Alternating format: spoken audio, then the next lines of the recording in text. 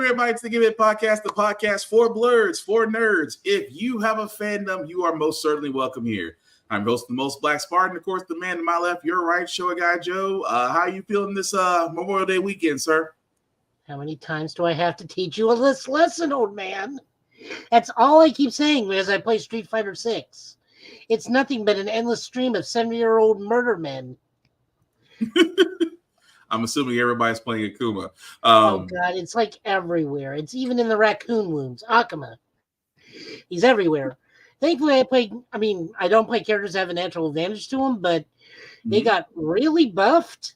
So some people aren't used to Akuma because they charge in like he's not a glass cannon.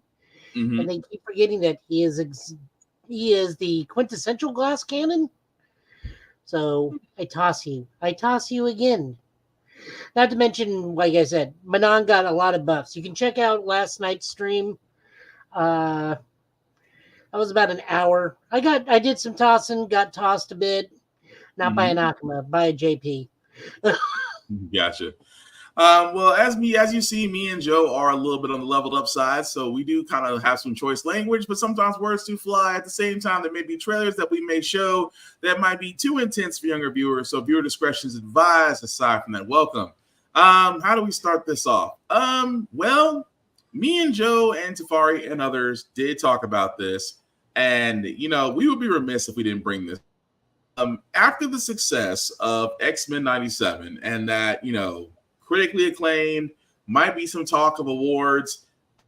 Marvel execs, and again, this is all in the talking stage, because the head of streaming, Brad Winderbaum, had sat there and said anything is possible animated Spider-Man series. Now, of course, the screenshot that you see right there, guys, is from the 10th episode of Tolerance Extinction Part 3, where you do see Peter Parker, Mary Jane, and the Flash Thompson. You do see them all in the finale.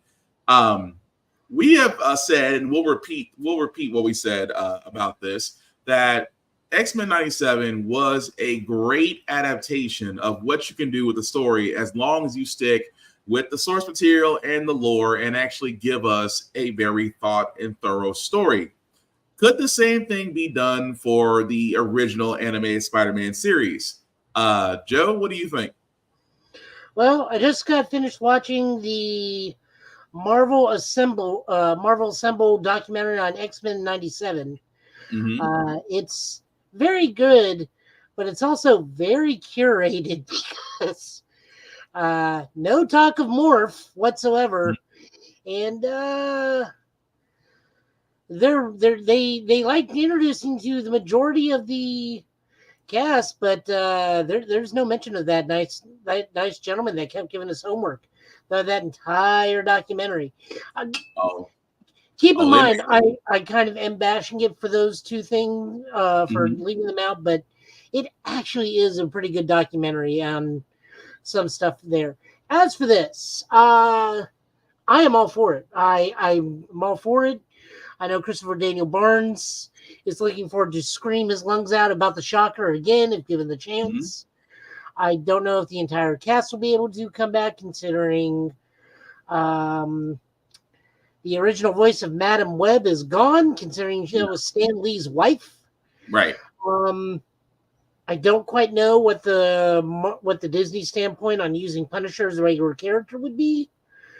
Or Kraven, considering I don't know if TV rights and movie rights are the same, because Sony still has all those villain rights. That's true. And whatnot. So, I am all for it. I would love it. But I think the safer bet would probably be a Daredevil 97, considering Disney owns the full rights to that. Yeah. Or maybe some of the other stuff like Wakanda 97, which for some reason, that was very confusing, and that I've picked up something. What's that? In one of the other Marvel animated series, we see the ascension of T'Challa, because T'Challa dies in that series. I think it's Fantastic Four. Don't quote me on that. I want to say it's Fantastic Four. But we know that one of the mandates was he had to use T'Chaka. But the Wakanda animated series has been in the talks forever, and now it's more than a great time to do it, especially since you have that kind of audience. Not to I me, mean, Moon Knight 97. Just get it out there. Fix some stuff. I would say you could do an animated Spider-Man, but I don't think you could do it to the level of X-Men 97. Because Spider-Man has always been seen as that. Spider-Man for the longest time, especially in the animated series, it's kind of been that blue sky. We don't go too dark. We go dark, but don't go too dark. X-Men 97 went all the way dark and had body counts and that. And could Spider-Man do that? Yes. Do I think that they want to? That's kind of a 50-50. But You make all 10 episodes the Clone Saga. I mean, yeah, but my thing is, could they bring it back? I mean, like I was saying before, I think the success of X-Men 97 is going to lead to other series being brought back. Now, you're right. Because of Kraven, because of Venom, because of Sony and its rights over the villains, probably bringing them back is not going to be the easiest thing or cannot be done at all. We really don't know. Well, we don't know because TV rights and movie rights are very different things. So I don't know what falls in what. Right. So it's like we can't say with 100% certainty. Again, you are right. The other canticles, Daredevil could be done, Wakanda can be done. But like I said before, to me, I just want to bring that up as far as that being a successful series does open the door to other possible series. But again, the fact that they didn't mention Bo, I don't want to sit there and say that it was designed because, again, we want to give that man props for what he created in season 1, and we know he did have a hand in some of the episodes in season 2. We definitely want to give that man his props and flowers. Unsure, I think nobody will ever find out why he was dismissed from X-Men 97, but the man gave us a great 10 episodes and hopefully 3 great episodes of season 2. But you're right. The fact that he got snubbed out of that actual documentary, that's kind of saying a lot. It really is. But anyway, we do got some trailers, guys. Again, BeetleJuice. And Joe had some interesting points about this. He said in the chat, but before he gets that, I'm gonna let the trailer play first because if this trailer doesn't give you nostalgia, nothing will. Here's a preview. Be warned, it's intense.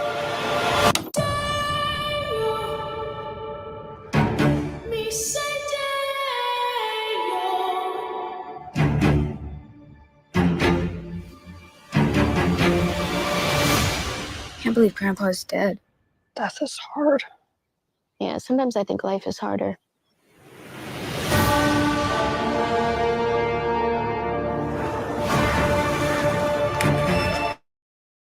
A trickster demon terrorized our entire family and tried to force me to marry him. I believed he was gone forever until you found this in the attic. Ew. Who's BeetleJuice? Don't ever say that name. BeetleJuice. No, Astrid! I am serious! If you say his name 3 times, he will appear. BeetleJuice. The juice is loose.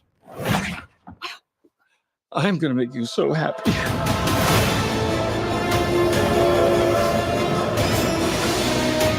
The living. The dead. Can they coexist? Mm-hmm. That's what we're here to find out.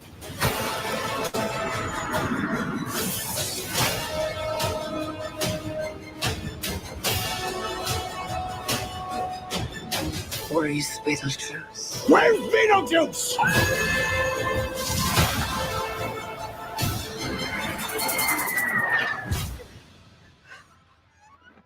BeetleJuice! Feel free to express yourselves. Don't be afraid. You're a figment of my imagination. Really? Is this a figment of your imagination?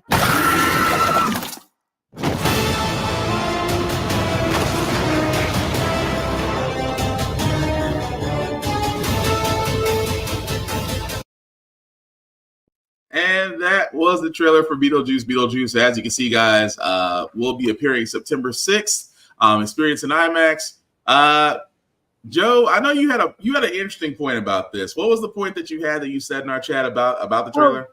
It just reminds me of the old animated series. Like, I'm fully expecting either Jacques the workout French skeleton or the monster from down the street to make an appearance in this thing, but it looks fun. I'm guessing Justin Theroux is like and Lydia are divorced parents. Yeah. At this point, so that makes more sense. I look forward to it. It looks fine. The good part about BeetleJuice is all that makeup kind of hides how old Michael Keaton is, because he doesn't look any older than when he played it last time, thank God. True. I mean, I think they were going for a different, BeetleJuice kind of has some age on him, even though he's technically a demon. But I'm loving the fact that, of course, with the sandworms and the fact of the whole when he shows his face that you only see the back of his head, but you see everything come out. I'm hooked. I'm definitely gonna be watching it. Although every time I see Michael Keaton, I'm like, Batman Beyond is right there. It is right freaking there. And so is David Zaslav right there, ready to be the nothingness that would be like the nothing in the never-ending story. Yeah, I know. He's still there. But no, BeetleJuice definitely does come out, guys. I know it sounds like me and Joe and others will probably be watching it. Once it comes out, we definitely will give our reviews on that. But speaking of things that are coming out, and again, this was said on Blurred's Eye View, and I give Chris Fury credit for this. Ryan Reynolds is a marketing genius. The reason why I bring this up, guys, is because Deadpool and Wolverine has already broken a pre-sale record, according to AMC, which again, that says a lot. Now, don't get me wrong. We are looking forward to Deadpool Wolverine. We did not think Ryan Reynolds could get Hugh Jackman to come back and, don the claws again. At the same time, we didn't know whether or not, because again, as Ryan Reynolds said, this is not Deadpool 3. This is Deadpool Wolverine. And of course, all the cameos that are probably going to be coming from this that are being very selective, if you believe the rumors. So again, this is coming out July 26th. But the fact that it's already broken pre-sale tickets, I mean, is that a good sign, Joe, or is that just great marketing? Because technically, the next thing I'm going to show is going to be great marketing as well for Deadpool. But what are you going to say? Well, they definitely have the best marketing team in the history of mankind because they're everywhere. Again, even in the raccoon wounds, technically those are Wolverine wounds, but still, they're everywhere, doing everything. I'm not surprised. I mean, this is also because this is the only Disney Marvel movie we have this year. Yeah, that is true. But the reason why I say marketing, guys, because if you were at CinemaCon, and I don't know whoever leaked this, although I can't say it was Ryan Reynolds this time, but CinemaCon got to see some Deadpool and Wolverine footage, and there is a certain scene out there which I'm pretty sure is going to be showing up in other movies very soon, but haven't seen it. Well, again, before I get started, this is definitely adult language. You've been warned. It's coming from out there. Hey, Bub. You're in a movie theater, not the off room in your mom's nursing home. So turn your phone to silent or I'll shove it so far up you'll have to answer it through your... No. Easy now. Easy now. So much testosterone. God, when you yell like that, it makes my vibrate. Oh my God. At least I think it's my... Listen, just turn your phones off or put them on silent. Whatever you prefer. I'm going to take his neck veins for a walk now. Enjoy the film. Nice fourth wall break back there. I didn't think you had it in you. Shut your mouth. No. They do not like that word in America or Canada or the Netherlands. That, again, marketing genius. Of course, Deadpool Wolverine will be in theater July 26th, and we're not too far off from it now. But you got to admit, that is genius and a half as far as them, using Wolverine as a silence your phones, because again, if you're the kind of person that answers your phone in the movie theater, silence your phone or at least turn the brightness down. That's all we ask. But again, I have to give it to Ryan Reynolds. This man knows how to market it, how to market his stuff in everything and still make it funny. But anything more we want to add to Deadpool Wolverine outside of just hurry up July 26th, Joe? This film is not Captain America appropriate. Oh, definitely not. It's definitely language. Please don't. You know what? Please don't bring your kids. I can't tell. I understand it's Disney, but again, don't bring your kids to Deadpool movie unless you really trust the fact that they will not be able to repeat anything. But again, children are tape recorders. You've been warned. The next thing we got to talk about, guys, because I'm really surprised at Activision for this, for several reasons. Number one, the Summer of Games, which again, me and Joe will be covering, is really a couple of weeks away. June the 7th. That's coming out. Oh, my birthday. Neat. So again, we talk about Summer of Games because in Summer of Games, it's basically Geoff Knightley just giving us all the trailers. And me and Joe have both said we expect to see a lot of surprises there, especially with new trailers, games that we are rumored to actually show things. I'm still hoping The Last Ronin has something there because we haven't seen anything since in development last year. I'm hoping to see Gear. Well, technically, Microsoft has their showing on Saturday, so we're probably going to be seeing Gear 6 more than likely there. But what I'm getting out. Say what? The Last Ronin's out. I can't. Wait a minute. Say it one more time and hear it. The Last Ronin is out. No, the video game. Yeah, it's out. It's been out. The video game, The Last Ronin's been out? Yeah, it's been out. I have it on my PlayStation.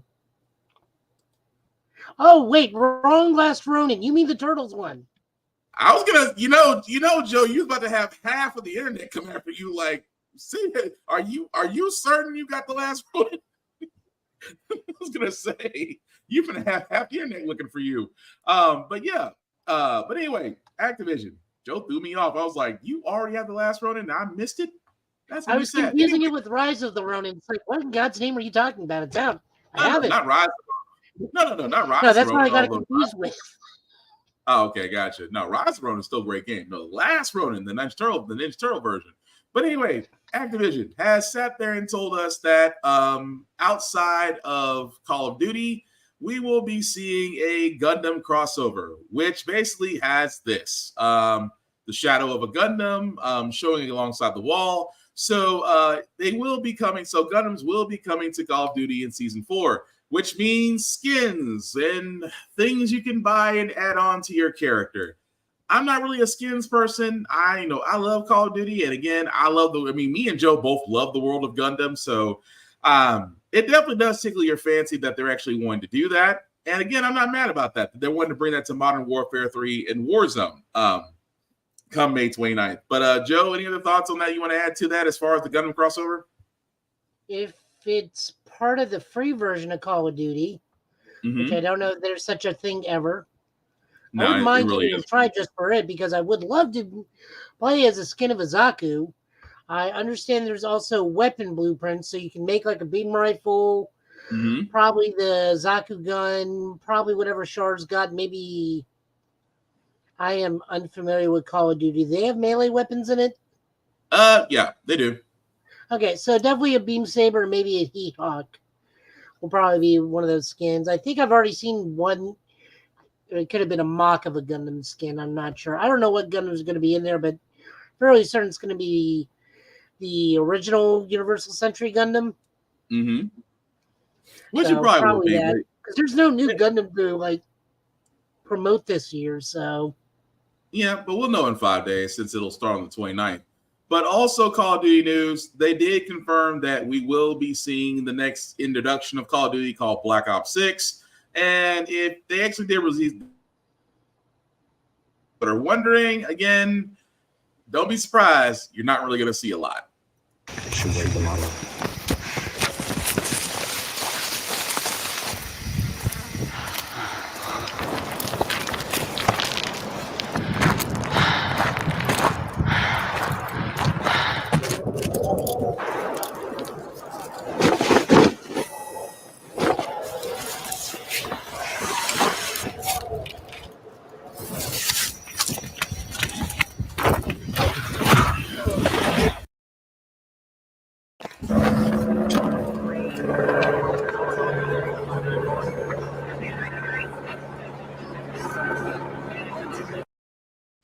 Riveting.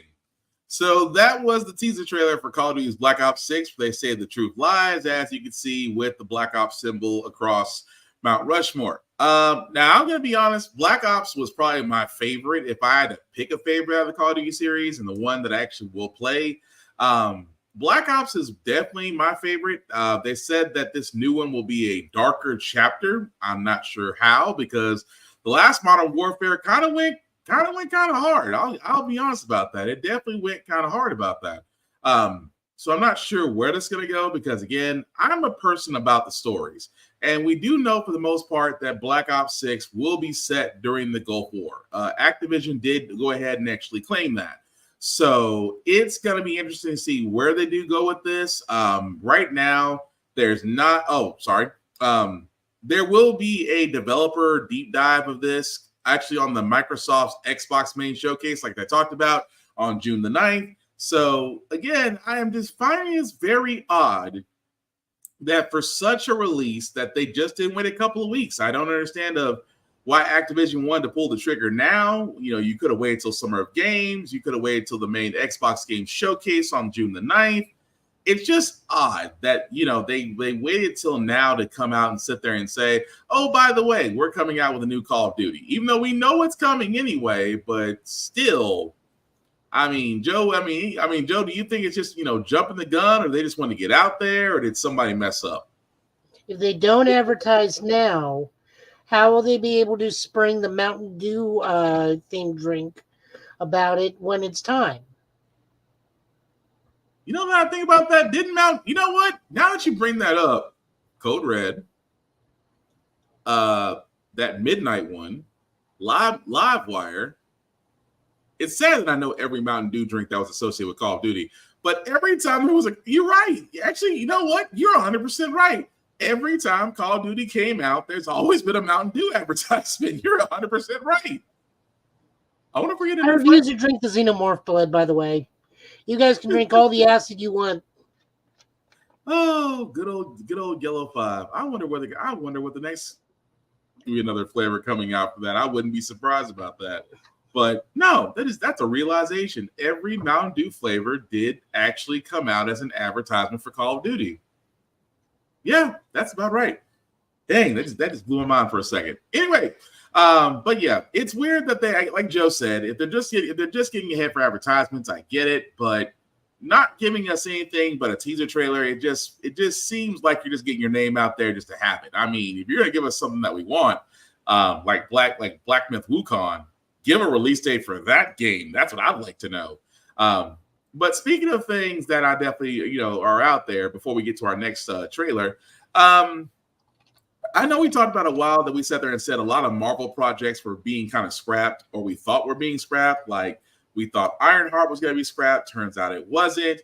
We thought, the quote unquote Vision Quest, which again, Vision Quest was not the official name of the series, but that's kind of been the adaptive name that everybody went with. We thought that was 86. Well, turned out that we're wrong. It looks like that Disney Plus, along with Marvel, is moving forward with developing a new series with the same showrunner that actually did Star Trek Picard, Mr. Terry Matalas. If I mispronounced your name, I apologize. But he will actually be doing the showrunner for the Paul Bettany-led Vision series that's going to arrive in 2026, and basically going to be it's basically going to be after the events of WandaVision. Spoiler alert for all those that don't know. Vision and White Vision squared off in a theological debate to where White Vision, kind of took off and did his own thing. I want to throw this question to you, Joe. Is it needed for us to actually see what happens with White Vision, or is this just another way or is Disney actually really paying attention to quality over quantity right now? That's really hard to say, because it seems like the only thing we're really getting follow-ups from is from WandaVision. We're getting the Agatha series, which is, I can't believe that's actually coming to fruition. Yeah. In all honesty. The only way I can see that being good is if we somehow get Wanda back at the end of that series, like Agatha resurrects Wanda or does something where Wanda comes back. Yeah. That'd be the only reason I'm watching that show. I don't really know about. Hey, Lenny. Hey, Laney. I mean, I'm down to watch it because Paul Bettany is an amazing actor, and anything with Vision is going to be good. At least I hope so. I don't quite know what we'd be getting because Vision kind of operates as a duo, better in a team or in a pair, like Wanda and him, or Wonder Man and him, since they share brain scans. They're technically brothers. Him and Executioner, since they are also technically brothers. Him and Ultron, like, he's better as a pair than a single, so I don't really know. The thing that bums me out about this is with this being reported, that means we are not getting the so-called Star Trek Legacy series, which follows Jack Picard and Seven of Nine in the new Enterprise, which I want infinitesimally more than I do a new Vision series. I want a Star Trek Legacy over a Vision series any day of the week. And this is not me being a Trekkie. That's just me liking where it was going and wanting it to continue. This is just going to be a stepping stone towards Secret War or Avengers 5. Yeah, I mean, don't get me wrong. I kind of want to see what they do with it because, you know, for a lot of people don't know about Vision. If you're not really following him in the comics, and you only follow him in the MCU. Paul Bettany is a great actor. I'll give him that. So I'm curious to see what they come up with, and hopefully they give this series a name. Because if Vision Quest isn't the name, please tell us what it is, because we don't want to call it what it isn't. But again, if we don't know, that's all we got. But again, I guess we'll find out in a couple of years when that series comes to fruition. The other thing I wanted to bring up was Luke Cage. Mike Coulter, who again, and I keep bringing this up because we're seeing a lot of the Netflix Marvel series are coming back. I mean, we already see that Jessica Jones is going to be in Daredevil Born Again. We know that the Punisher will be making an appearance also in Born Again. And of course, in various social media, we do see that Mike Coulter and Catherine have been, kind of teasing that they're back. And even Finn Jones, Mr. Iron Fist himself, said, ? Maybe. But the reason why I bring up Luke Cage is because he was asked what would it take for him to return to the MCU. He says, quote unquote, I would totally entertain a good script, an idea that made sense. I understand, because how Luke Cage ended wasn't a very good ending. I can't believe they killed off Cottonmouth. The fact of, putting him in charge of Harlem's Paradise, it didn't sit well how they wanted to wrap up the Netflix series. So I always thought to myself, if Mike Coulter ever got a chance, because Evil is already wrapped up its final season, so it's not like the man doesn't have a free schedule. And I get the whole idea that he sat there and says, well, I'll entertain it if it's a good script, which again is, to me, is kind of a knock on saying the last showrunner that did Luke Cage may or may not have done a great job. Although technically he is still doing movies, as he's already said that he's starring in a sequel to Plane. And if you haven't seen Plane, why does it deserve a sequel? But that's a whole other conversation. Called Trainer Automobile? It should be. I mean, Plane as in Plane was PLIAN. That's how plain the movie was. I mean, it was a generic Delta Force from Chuck Norris. But anyway, we need a rim shot for that for no reason. I needed a rim shot. That's how boring the movie Plane actually was. But no, going back to Luke Cage, I don't blame him for sitting there saying, I need a good script for it to come back. It's the same sense I would tell Finn Jones, go find a Shaolin temple somewhere and train with actual martial artists and take it seriously. But I guess the question I would ask him is, I don't put that on him. I always put that on the showrunner and writers. I mean, we could say that, but just stepping away from Luke Cage for a second, we can say that. That's like, but every other actor on the show trained better than we did. Say what? Wow, our delay is like really bad. I'm saying that's like putting Scar on Tatiana Ali. You can't put that on her. It's like you can't put that on him. That man's just an actor. All he had to do was like read the script and do that's where I'll disagree, because you're supposed to be, the character you're playing is a master of martial arts. The fact that you are supposed to be, I'm not asking you to be Donnie Yen level, although I really wish you would.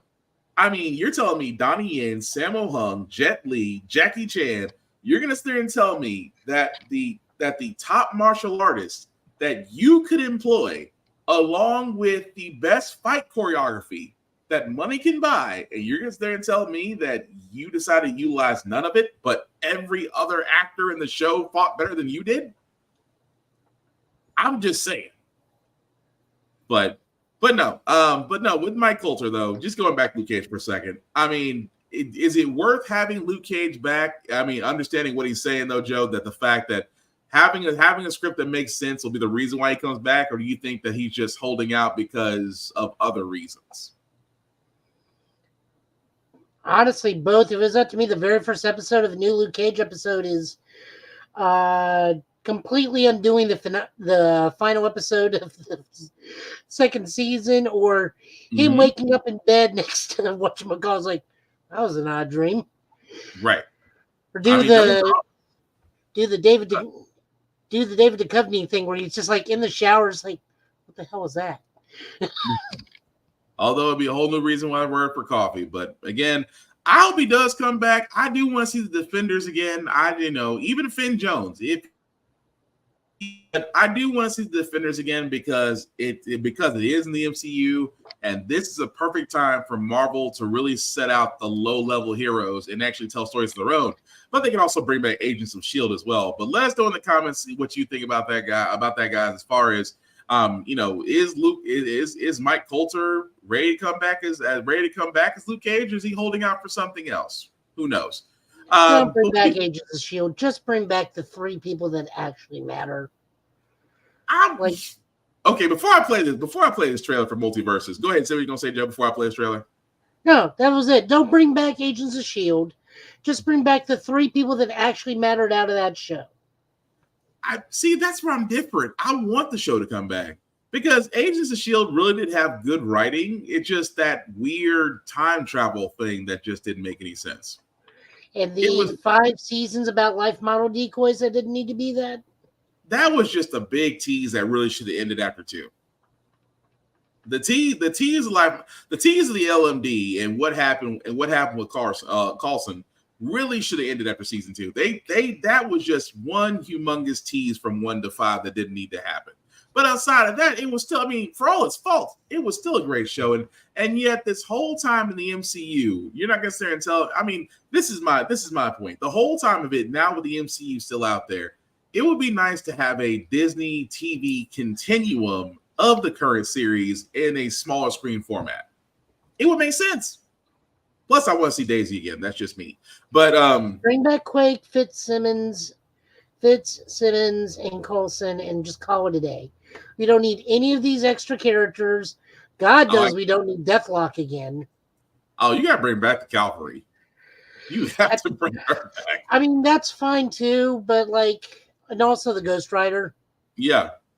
I don't get me wrong, the guy, I forgot the guy's name who played Robbie Reyes. He did a great Ghost Rider. So pissed at Disney now. Yeah, see, that's what I'm saying. They have him in constant limbo. He can't get a new acting job because he if I take another job and they need me, they will replace me. Which is kind of messed up.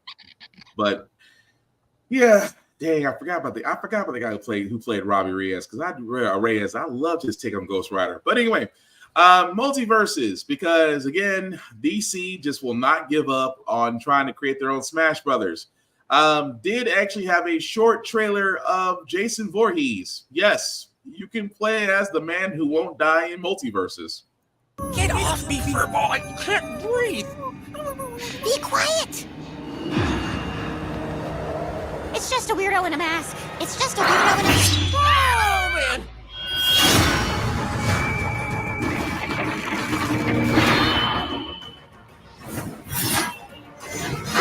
This spring, Jason is done playing around. He's camped in the shadows. He's journeyed to space. He's been hunting for rabbits. We have ourselves a rabbit hater. On May 28th, no one in multiverses is safe. When we get out of here, we gotta keep in touch, dude. I love you, man. Oh my God! Wow, that was dark. I can't get the idea of Jason moonwalking with a machete in his hand. That just won't go away. But anyway, that was the Multiverses trailer for Jason for Multiverses Season 1. Like I said before, I get the whole idea of what DC's trying to do. I mean, Smash right now is you need something to fill the Smash void. I get it. Having DC characters fight each other seems like a great idea. Did we really need this? That's my question. I mean, that's the question I would ask you, Joe. Did we really need this, or this feels like, well, you're a part of Warner Brothers. We might as well use you. You basically just answered the question. You're part of Warner Brothers. We can use this without being tied up in litigation, like the last Jason game. Yeah. I don't know why he's going after Velma constantly. I feel like she would have last girl status. One would think. Either that, or he just doesn't want to go up against the little girl from Game of Thrones because she can actually stab him back. Yeah. I mean, whatever. I mean, Jason was a nightmare to deal with in Mortal Kombat 10. So here it's just whatever. I mean, we still haven't even gotten a trailer for Agent Smith. Yeah, that's kind of weird that they showed Jason Agent Smith. We only got a trailer for Jason unless Agent Smith is coming. But again, I'm not trying to knock multiverses. It looks like it's fun. It's supposed to be Smash related for the Warner Brothers universe. Basically, it's Space Jam, except Space Jam you can play with 4 people. But again, I digress. Really quick for impressions, guys, because I wanted to say very quickly about this game, about Senua's Saga Hellblade 2. It is currently out. If you do have Xbox Game Pass, you can actually play it for free. I did play it on an Xbox Series X. Really quickly, it is first and foremost, I won't admit this. I played with the lights on. It is scary. It is survival horror. It is strategy. It is Dark Soul like playing, but the story pulls you in. Haven't beaten it yet. I feel like I'm kind of at the, if I had to take a wild guess, I'm kind of at the midway point of the game because I've only been playing for a little over, I think total game time, maybe 8-9 hours now. But again, gameplay is great. Story so far is great. If you love the first Hellblade 2 is definitely up your alley. But again, if you're like me, you kind of chicken out on these type of horror games. Play with the lights on. That's the best thing I can tell you to do. But Joe, did you ever want to play a game like Hellblade 2, or did you kind of skip it? I mean, I don't have an Xbox, so I can't play either one. But supposedly you also need to play with the ear headphones on. If you hear all the voices that's whispering to her constantly. I will put it to you this way. I did that for 5 minutes and I took the headphones off. I thought that was also supposed to give you directions in combat. To a certain extent. Most of it, I'll put it this way. Combat wise, you actually will hear some things, whether you have headphones on or just a sound system, but a lot of it is really just the ambience of the game, if that makes sense. It's almost as if you're trying to play Silent Hill with the microphones on. I'm sorry, with your headphones on. That it's the sound, just the sounds, the music, the sound effects, everything kind of being more hyphenated. Yep, you do get that with Hellblade 2, but for me, I'm like, I could do without the extra voices in my head. But that's just me. But again, if you're wondering about Hellblade 2, highly recommend that you should play it. I'm still currently playing it. I just gotta see how our story ends because, not to spoil it, the first 10 minutes, damn, that's all I'm gonna say. But moving on, because we still gotta talk about Disney Plus, Pixar. Pixar has announced that it will be laying off 14% of its workforce, as Disney has sat there and said that when it comes to the animation studio that has given us a lot of great movies, it's no longer a priority. This was confirmed by the Hollywood Reporter that 175 employees will be impacted by this job, which means that the total amount of layoffs from Pixar may be anywhere from 1,300 to 1,125 people. So we do know at least over 1,000 individuals will no longer have a job at Pixar. This unfortunately does not affect the top brass leadership of Pixar. And again, we've talked about this, that Disney has, me and Joe and others have talked about this, that Disney kind of has just really gotten so big, and with their acquisition of many things of Pixar, of Fox, of Marvel, and other IPs, that now because they've been kind of losing money instead of making money, they call it a restructuring. Anybody who's ever been in the workforce knows what the word restructuring means, and the fact that you should be looking for the job when you hear it. The one thing I'll say about this, Joe, is that because Pixar is laying off individuals, and it looks like animation movies may not come out as repetitive as they did in the past, does that mean that Pixar is done, or is it just like they say, we're just trying to restructure to stay afloat and stay alive? That's so tough to say. I mean, we are getting Inside Out 2, which I think is a Pixar movie. Yeah. Disney also lost a good chunk of change on Wish. Mm-hmm. That movie just got awful and about as bland as anything. Not to mention, Pixar was also impacted by COVID, because we had all those Disney Plus exclusive movies for us to go to theater, and they all underperformed. But like Luca's a great film, Turning Red's a great film, right? Soul's an amazing film. It's just one of those things. In that last film about the two wizards finding the dad, in the D&D world, but that came out like at the beginning of COVID. Like that was literally the last movie to be in theaters before the world locked down. So like they have been getting hit left and right. And what was that other one that like bombed really, really bad? The Journey to the Center of the Earth movie. Oh, crap. We don't need to think of what it's called, but that one also tanked super duper hard. Right. Not a bad movie, but not a great movie. Yeah, so I mean, I get it that, a lot of losses have been taken. And again, nobody wants to lose their job, but we don't wish that on anyone because, again, that's just the unfortunate nature of the business. But it just makes me wonder with these layoffs and the restructuring, it's like, how are they going to be approaching different movies? Will animation, because of the changes in animation, the technological advances we see with AI, that just makes me wonder, what are we going to see on the other side of things? So again, it's one of those, like you said, Joe, it's kind of hard to say, but at the same time, it's like, again, I just hate to see anybody lose their job. But I mean, they've been in this position before. Remember the 80s, they were losing money left and right, and their films were not doing great until The Little Mermaid. Yeah. Disney hit first or second Renaissance. I'm unsure which.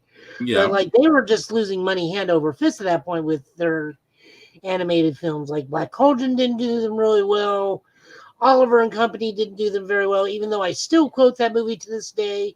Mm-hmm. Mostly the Tito's stuff, but that's just me. What are some of the others? The Great Mouse Detective, Rescuers Down Under. No, wait, that may have come out during the Renaissance. No, that was like right before it. Yeah, like you're right. Right before it.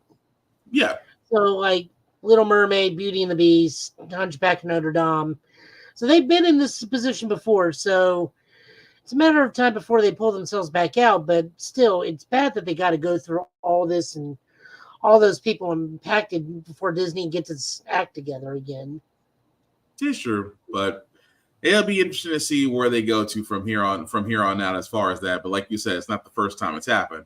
But speaking of things, I love the fact that he says it's not the first time it happened, because I gotta go to Star Wars before we go to our next video game trailer. Because we have found out Daisy Ridley, if you don't know who she is, she plays Rey in the Star Wars sequel of the Star Wars current trilogy of The Force Awakens. She has sat there and said that in Star Wars Episode 9 is basically going to be coming back. And she's saying that although she is going to be reprising her role, this happens after 15 years later, after The Rise of Skywalker. She says that the movie would not be the same without her co-star, John Boyega. She did ask if John Boyega would appear in the film. She did not give a direct answer. She did, when asked if he will return, she said, quote unquote, absolutely, of course, it feels like we should. Now, here's the thing that I'm going to point out. Number one, when you see, and I'm going to point this out again, I'm going to try to keep my rant very small, very limited. When you see a picture like this, keep in mind, fast forward back, let's see, The Force Awakens, 2021 or 2022, Joe, as far as when The Force Awakens comes out. I want to say 2021. I could be somewhat off, or it could be 2019. But anyway, let's just say when The Force Awakens comes out, we're finding out that there's a new trilogy, that they're going to basically pick up where Star Wars left off. It's great. And then you see a picture like this. You see this for advertising. And the first thing you're thinking, oh crap, a Black Jedi. We're actually going to see a Black Jedi in this movie. Okay, I'm glad you said this movie, because I was about to say, it's like, are we just discounting Samuel L. Jackson altogether? No, we will never discount Samuel L. Jackson, because the reason why we'll never discount Samuel L. Jackson, I still want Mace Windu's story to be told, and not just in comics. I still say he still survived. But anyway, like I said, I'm trying to keep the rant short before I go into another rant. We were supposed to, by all intents and advertisements, we're supposed to get John Boyega, who, if you really think about his story, a child that was taken, brainwashed into being a stormtrooper, broke his psychological programming, and held a lightsaber not once, not twice, but thrice. And come to find out, he wasn't the main character at all. Now, don't get me wrong. I am not knocking Daisy's character, Rey. Rey's character is very interesting. And the fact that, we find out about her parents, her being so force sensitive. Do not get me wrong. Her story is great. But understand, from an advertising standpoint, the reason why a lot of us got excited is because we saw that. And then at the same time, as you saw The Force Awakens, and then you saw The Rise, I think I want to say the Last Jedi, and then The Rise of Skywalker, his character really took more of a back seat as Kylo Ren and Rey's stories kind of took the forefront. Now, again, keep in mind, at the same time, John Boyega was actually also in a lot of protest at the time, where he did famously sit there and say, this may cost me my job, but F it, I've got to speak the truth about it, into which even Mark Hamill sat there and gave him props on Twitter. What am I getting at here? Will we see John Boyega in another Star Wars movie? No. I don't think so. Don't get me wrong. Would it take a lot to bring him back? Yes. Would he agree to it? Depends on what he gets. Depends on his story. Because again, for me, the travesty out of the Force Awakens saga was the fact that it should have been Finn that should have been the Jedi that we wanted. And you still, and honestly, now that I think about it, you really could have had Rey. Rey could have fallen to the dark side and joined Kylo Ren. Finn could have been the Jedi that basically tries to bring her back. That still could have been a thing. But advertising, getting people to be excited about this, and at the same time, the story, that the direction that you went, you can blame J.J. Abrams, you can blame I forgot the guy who written the script already, because he's getting another shot to direct a Star Wars movie. You can blame whoever you want to, but I blame the advertising. And again, this goes back to the question: would he come back? I say no. You could offer that man everything, and I think he still wouldn't come back, because why do you want to reprise a character that you pretty much made in the background? But Joe, what would be the reasons why you think he wouldn't come back? The clear bait and switch that took place the entire trilogy. I mean, that aside from that, yeah. I mean, plus let's be honest here. Rey is a good character. She does not have a good story. She had a good story until the third movie, when she was made a Palpatine for no reason whatsoever, because only certain people can be Jedi. No one else gets to be a Jedi. Only 2 families in all of Star Wars gets to be a Jedi. You're either a Skywalker or a Palpatine. And good old Sheev had his granddaughter do it. Like, no. That's why I dislike the third one so much, aside from a whole bunch of other reasons, like the second one. Because the second one was promoting anyone had the potential that was force sensitive. Right. It could be a Jedi. It could be anybody. It doesn't have to be someone with a name. I wish so many people would get off their asses about the whole Casino Planet shit. I don't care. The point of the movie was anybody can do this. Anyone can be this. Right. Legacy doesn't mean crap in the grand scheme of things. But the story was there. That's the thing that always bothered me about. That's the thing that's always bothered me about the Force Awakens saga, is that you had a great story right there that really could have opened up avenues, and for some odd reason, it never occurred. John Boyega doesn't have to be Lando's son Chance that went missing as a toddler. Although that I'm pulling the name off of the old books, but that is Lando's kid's name from the Legacy series, Chance. But again, I wouldn't be, like I said, the situation was right there to where it could have been a great story. And like I said, and like we said, I don't think John Boyega would come back. I think he would, God, no.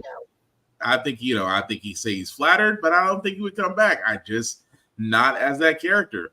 That's just me. But the anyway, Jar Jar Binks guy is having a resurgence, because I love the fact that by him. They literally just announced, we need you to come back as Jar Jar.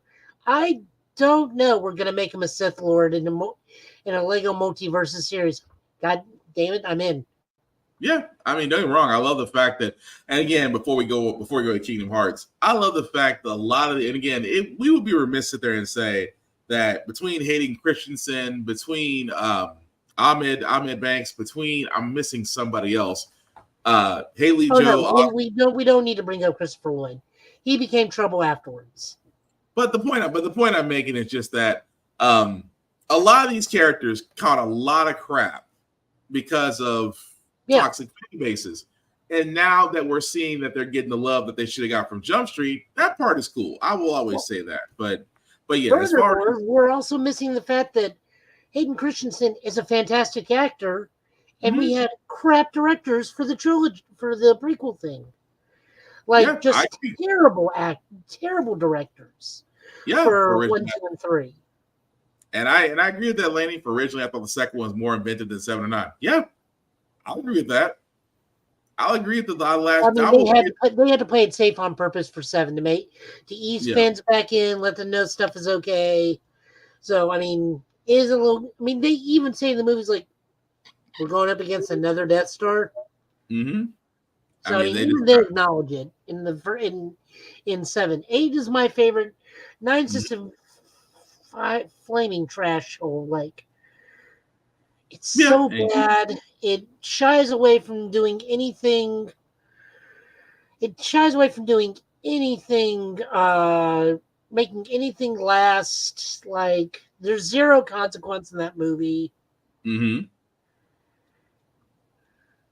And it needed to be a retread. It absolutely had to, because at that point, because the reevaluation of 1, 2, and 3 hadn't happened, Lanny, 7 had to be that much of a retread to ease people back in and let them know, hey, stuff is not. This is not the 1, 2, and 3.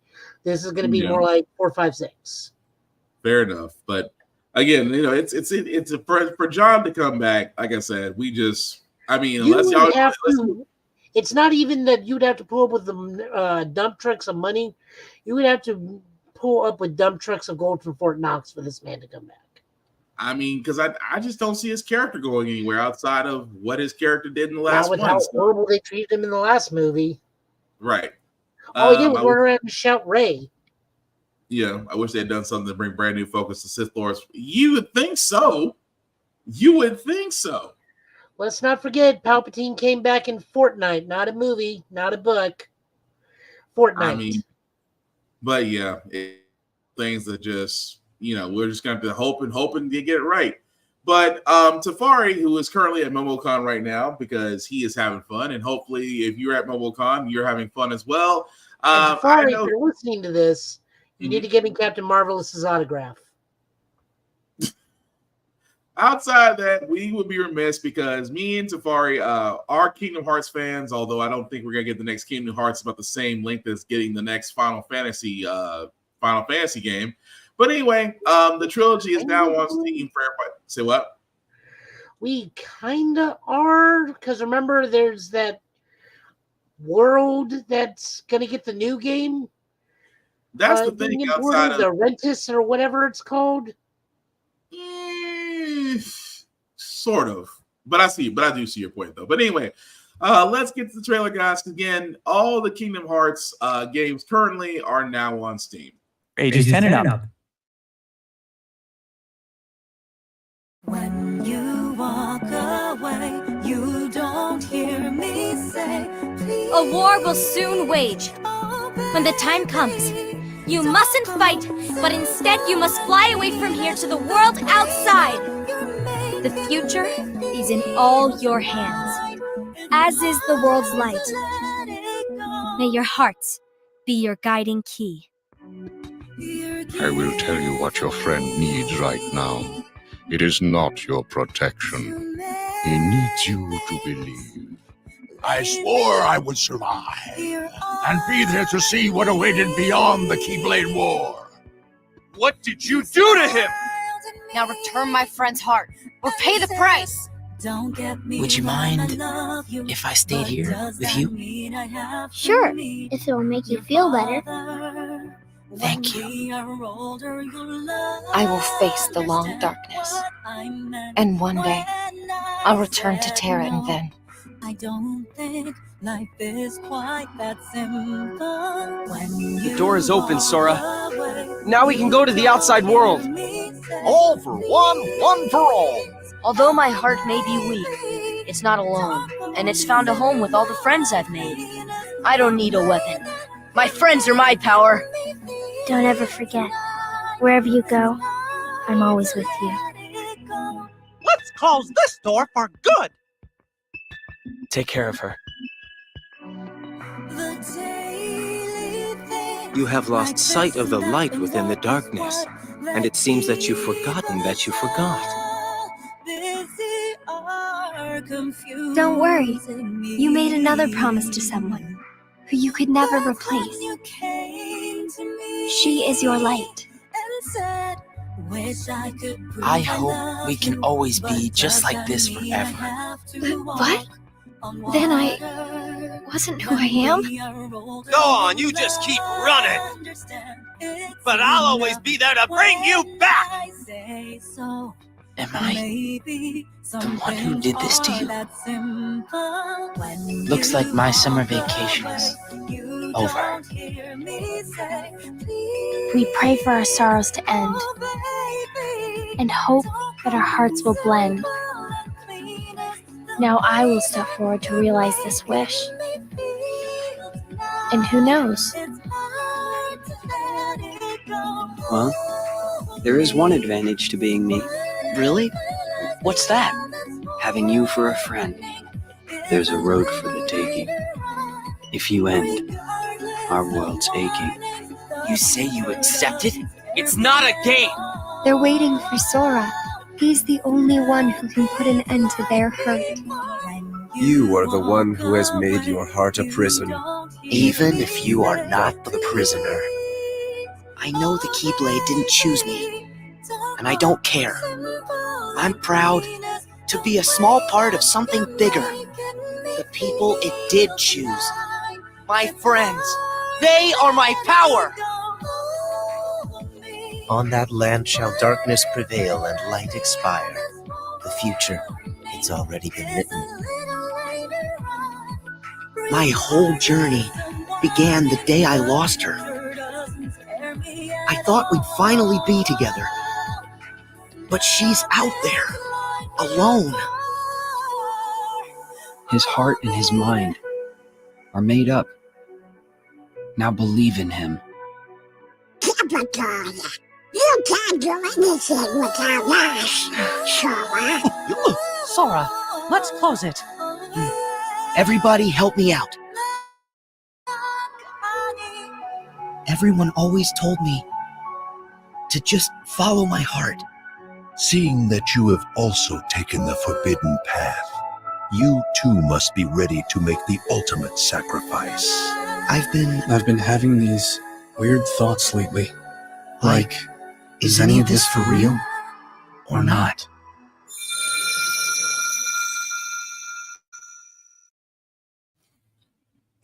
That right there, again, this is all going to be on Steam. So this is every Kingdom Hearts game currently. Although the next game, we're not 100% sure when it's going to show up. But currently, as you see right now, guys, every Kingdom Hearts game, remix and HD, will be available on Steam June 13th. So again, we're not too far off from that. I see, Lanny, I know you had mentioned it. I know Joe had mentioned it, that you did play certain parts of Kingdom Hearts. I'm just gonna go ahead and say it. It is a journey. It's a journey to actually play all these games, but it's fun to play these games. So if you ever do get the chance, I highly recommend that you do.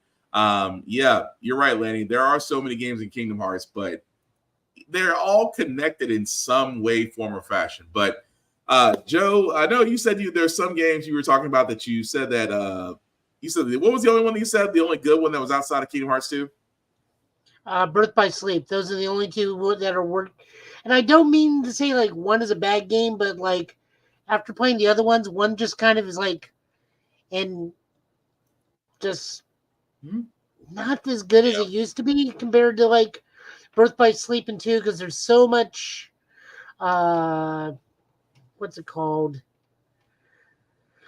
Upkeep and progression and more things of comfort, more ease of use, and more updates for ease of use compared to the other ones. Like, even though it's final mix, it's like the final version of 2 and the final version of Birth by Sleep are just so much better by leaps and bounds. I mean, the only thing one really does now is I bet you Haley Joel Osment gets a gold swimming pool every time someone re-releases this game. Probably. I mean, the song that gets played, that song has to be in a platinum status at this moment. But again, if you haven't played Kingdom Hearts and you are a fan of Steam, or if you have a rogue ally because you refuse to get a Steam Deck, now is the perfect time for you. And speaking of the man, we need a 358. Yeah, I'll agree with that. We do need a remake for that. We need that to be an actual game. But if it's remastered, I could see it. The mission structure layout and the gaming aspect was terrible. That was just cutscenes with me walking to the next point for the next cutscene. That needs to be an actual game. I think they can do it. I'm fairly certain they can do it. But what do you say before I hop on this remaster with online co-op? Yeah, why not? I'm not against that. But we do have a couple more news bits and a trailer before we get to our comics. So again, we did talk about the fact, guys, that Summer Game Fest is coming up. 2K, for reasons beyond our comprehension, has sat there and said that they are going to reveal the next iteration of the next 2K game at Summer Game Fest on Friday, June 7th. Already, the rumor mill has started. Could it be Borderlands? Could it be a brand new IP? Could it be a Mafia? Could it be the next Mafia game? I don't want to speculate because, again, I don't want to get my hopes up. Don't get me wrong. If it's Borderlands 4, it would make sense because there is a Borderlands movie coming out, and I guess they would, try to match the game with the advertisement. It would make sense. Could it be Mafia? Yeah, it could be Mafia. I guess in this case, let's see, 3's already came out. This would be Mafia 4. So yeah, it'd be Mafia 4, which again, if you played Mafia, that's also a great video game series as well. 3 was kind of my favorite out the bunch.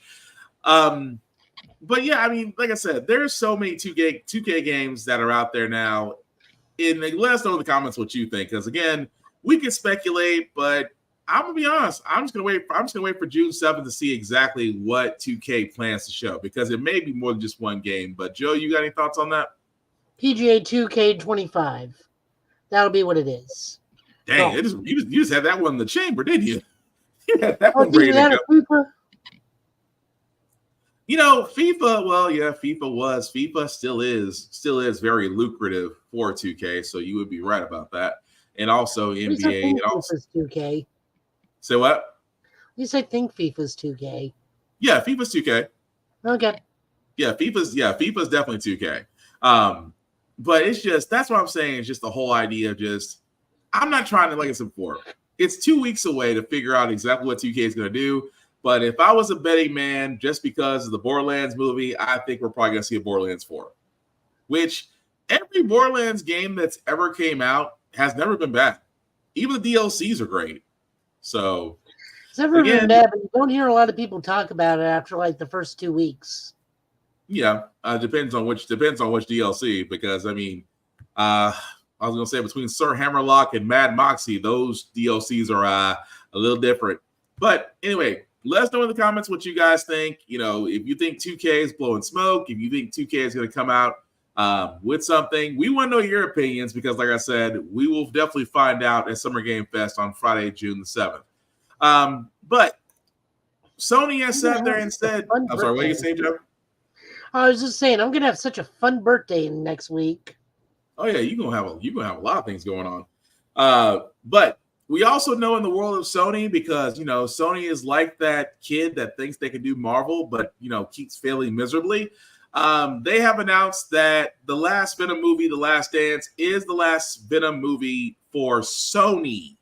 That's the one thing I want to point out very heavily, because when this article was first released, a lot of people thought that Sony was going to retire the Venom character.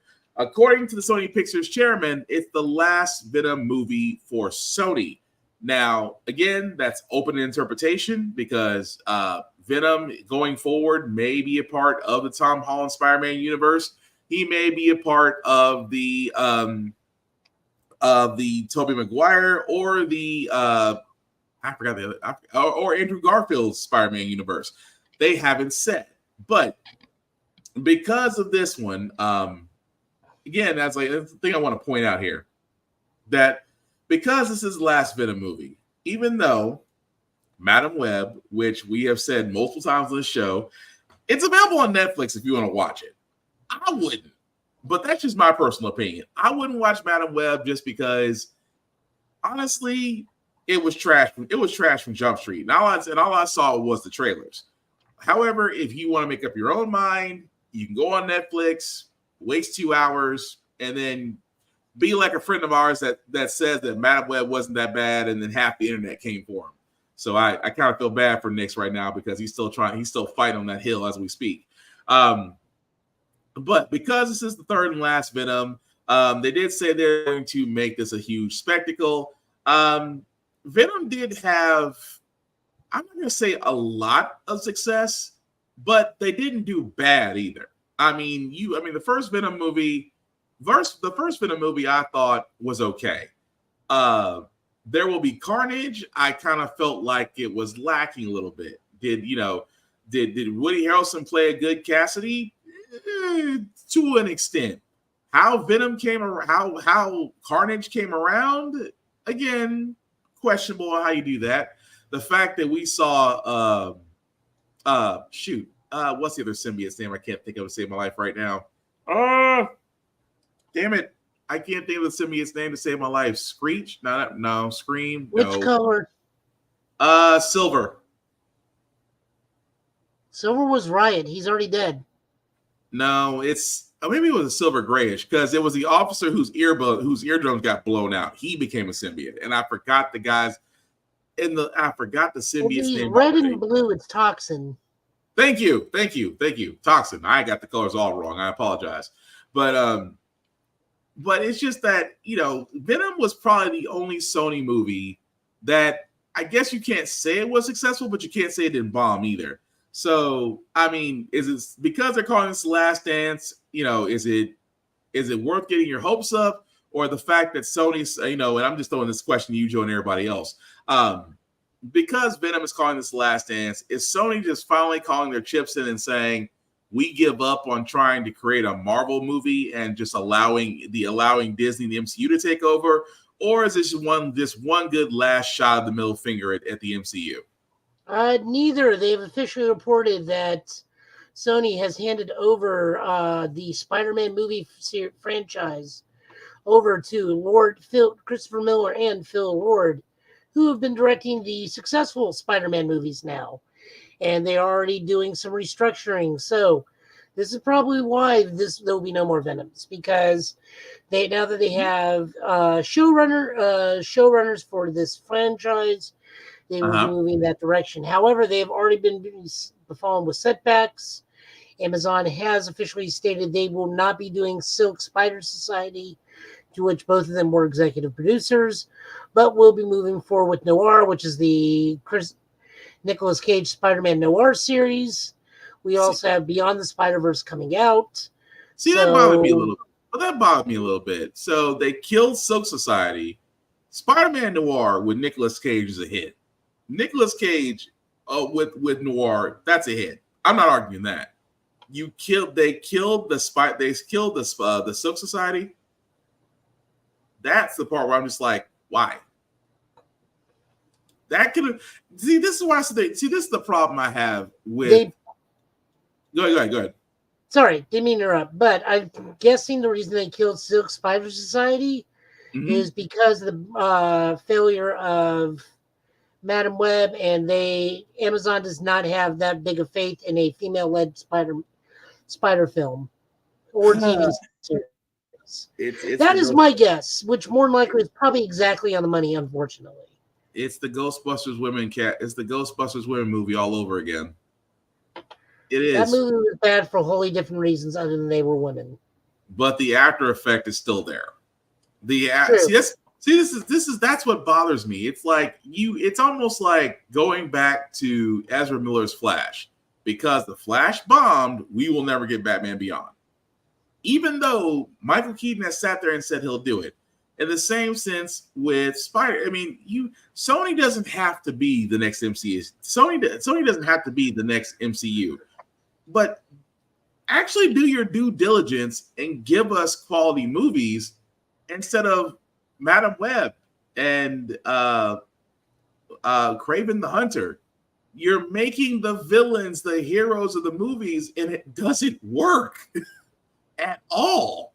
Don't believe me? Look at Morbius, which, by the way, I will watch Morbius before I watch Madam Web.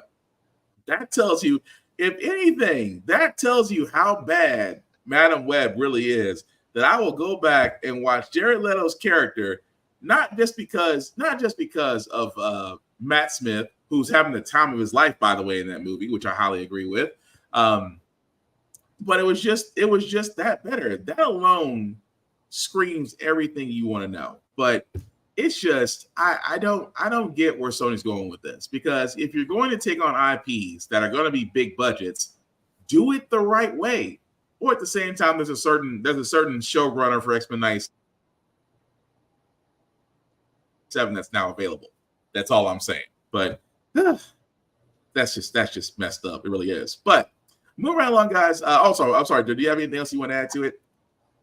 No, the only way they can actually end this is putting a Spider-Man in fighting Venom, or Venom getting the Spider-Man symbol from fighting Spider-Man. That's how it needs to end. I don't know who it'll go to. God, I hope it's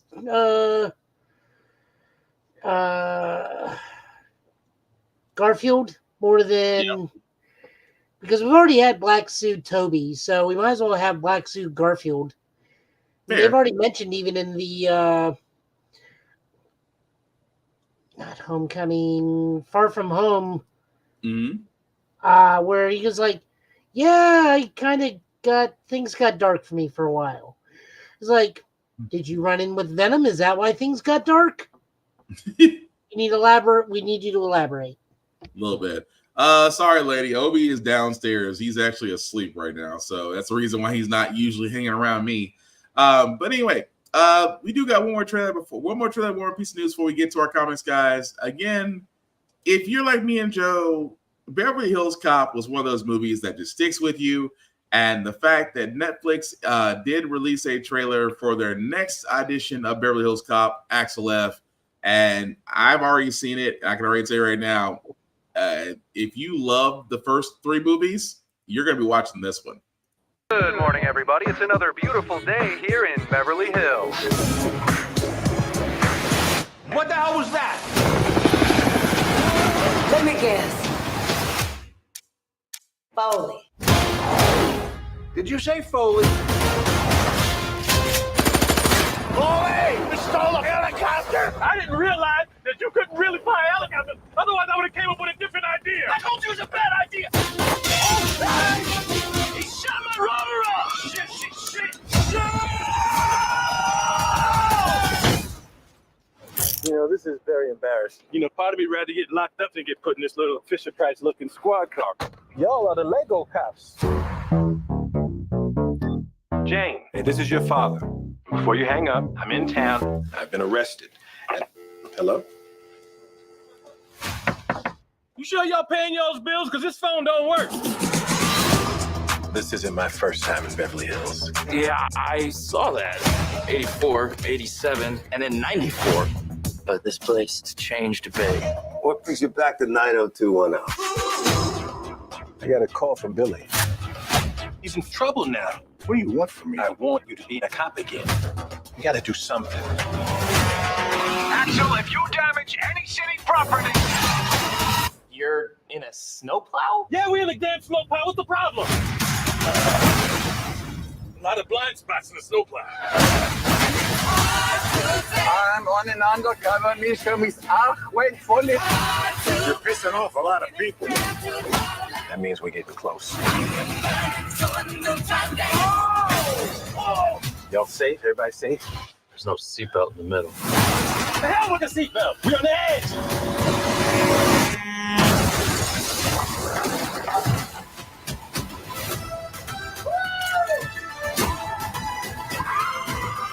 We're gonna need some backup. Whoa! What are you doing? I'm getting us some backup. God, I missed you, Axel.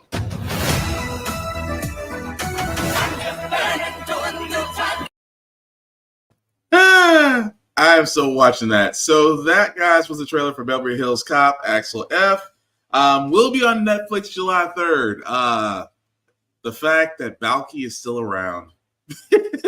that still sticks with me. The fact that Balky is still around, and that really a lot of the cast, the original cast, still around. Even Paul Reiser, you know, I haven't seen him since Mad About You, and dear God, that's been a long time.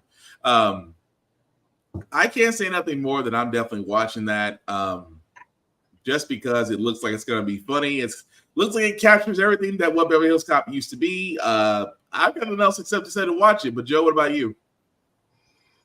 As long as it's better than Coming to America 2, I'm good. You know, I think they learned their lesson. Although Coming to America 2 did have a... You know what? Really, before I get to this last bit of the news, Coming to America 2 really wasn't that bad. It wasn't... Now, did it not lead up to the first one? I'll give you that. It didn't match up to the first one. Nothing will match up to the first one. Did they kind of go a different route with 2? I will fully agree with you. I really will. But just... I mean, it wasn't. It wasn't. It has the like same issue of Matrix 4, where it was too busy reminding us how good the first movie was to actually tell the story of the second movie. I mean, but it still was better than Madam Web. So is me grating cheese on. So is me grating cheese with a mandolin on TikTok. What's your point? I'm just gonna use that as a bar of a chance I get. But no, The Matrix. Oh dear God, that was. Don't get me wrong. I love Neil Patrick Harris is great and everything, but that's another movie where the script could have been done by someone else than the Wachowski. But again, Axel F comes out July 3rd. A lot of good stuff's come out in July actually. So, wow. But yeah. Oh, excuse me, got a little congested there. So the last bit that I do have, guys, if you are fans of Superman and Lois, we do know that they will be in the upcoming lineup for the CW starting Thursday nights at 8 p.m. The show is being paired with Librarians, the next chapter, which I'm surprised are coming on the Librarian show because actually I did like the Librarian and the Librarians that was both on TNT, but they both got canceled. So I'm surprised we're seeing it on CW. That being said, keep in mind this is the final season for Superman and Lois. I thought that this was one of the better CW shows because every season just seemed to be great. Tyler Hawkins actually, be playing a more human Clark Kent, if that makes any sense. But I love the fact that everybody on the cast really did have something. Unfortunately, just to go ahead and just say this now. The cast has been trimmed down for the final season, so a lot of familiar faces that we got used to in season 1 and in season 2 will not be in the third season. So again, it was budget constraints. At the same time, it was just the fact that they had to make it work. I get it. I just hope it doesn't taint the third season, but chances are it actually might do just that. Now, of course, we don't. Now, keep in mind, this is the CW, which means that this probably will not come out until sometime in July, sometime in near the end of July or August. When they do actually give a more set, determined date, we will definitely pass that along. But again, at least we're getting the final season of Superman and Lois. I really wish it should have went to Max. It really should. Of any season of the CW. Now, don't get me wrong. I know I've said on here a lot of times about the CW. I've sat there and said that Greg Berlanti really did not build a proper Arrowverse to actually survive because, let's be honest, almost every DC show past season 3 kind of went downhill.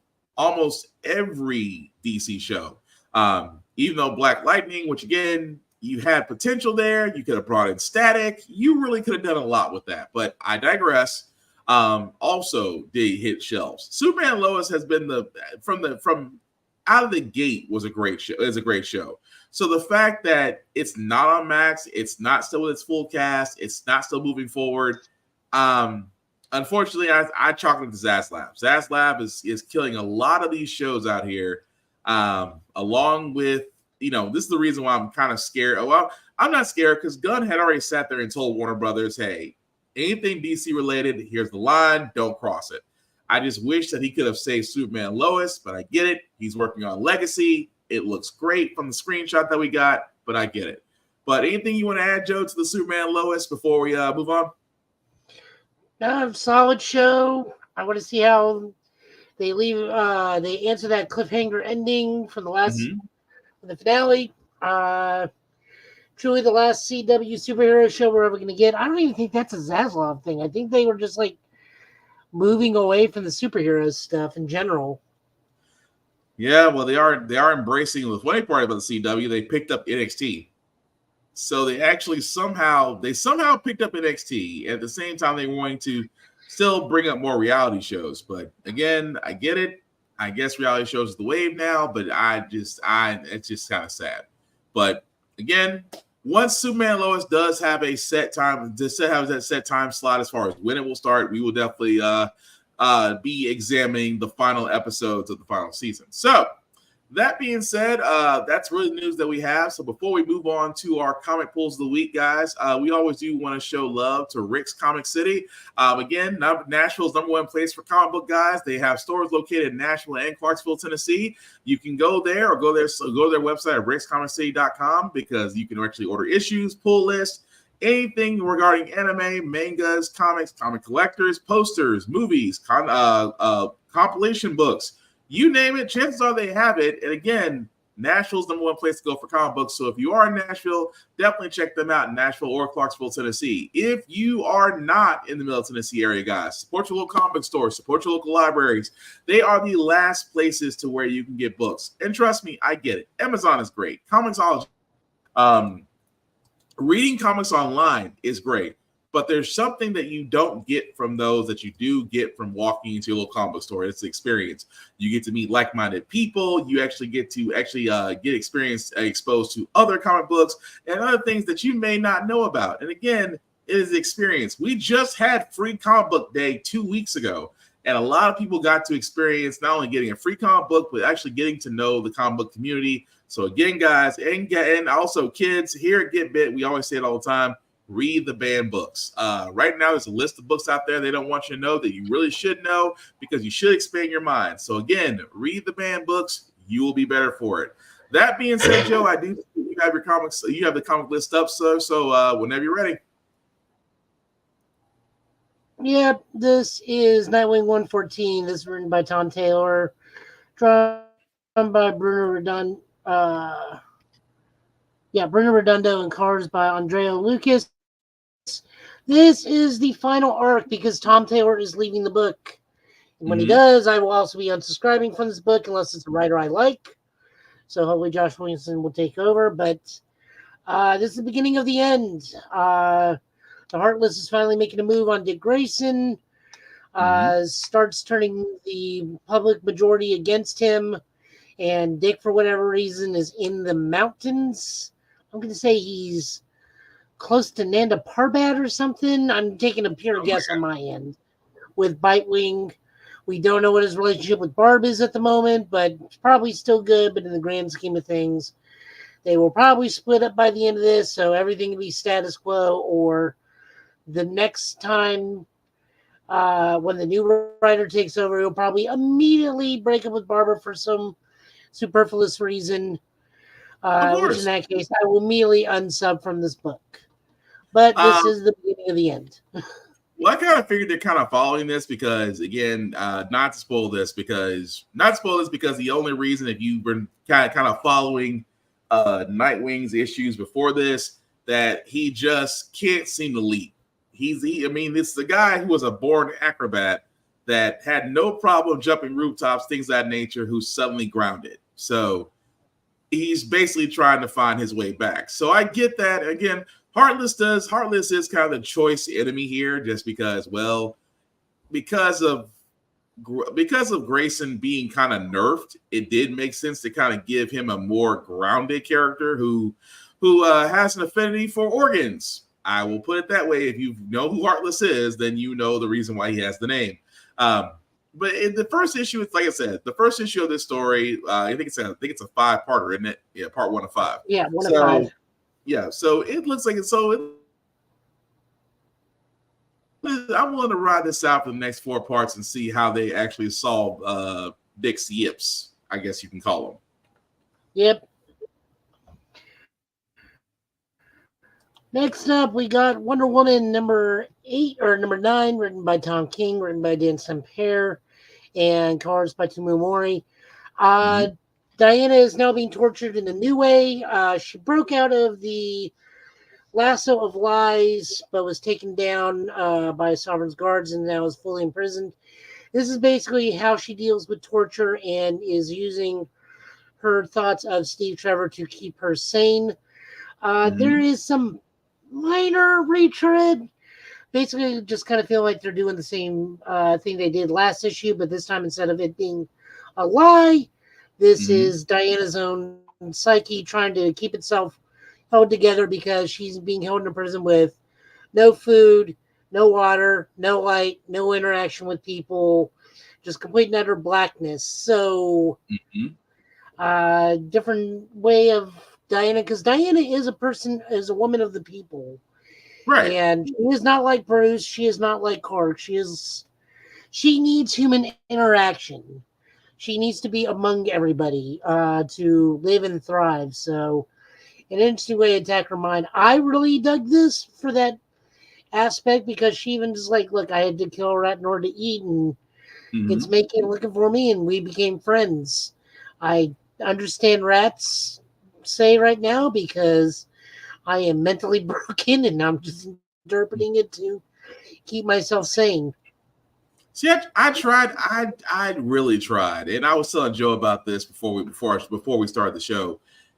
If this was a retread, because the whole thing about the lasso that was in the previous issue was of torment, of trying to get her to submit. She breaks it, and then you're still in the same hole. And I kind of felt like this issue, first, and really was a long issue of explaining the trauma and the fact of how she's dealing with it. And using Trevor, and like Joe said, using Trevor as kind of that safety area. So, I mean, that's the one thing I'd say. I get it, but you've already done it. And yet we didn't really need an entire other issue of explaining the trauma all over again to realize that she's still in the cell and still getting tortured. But I still want to ride this out. Still want to see where the story goes because I am liking.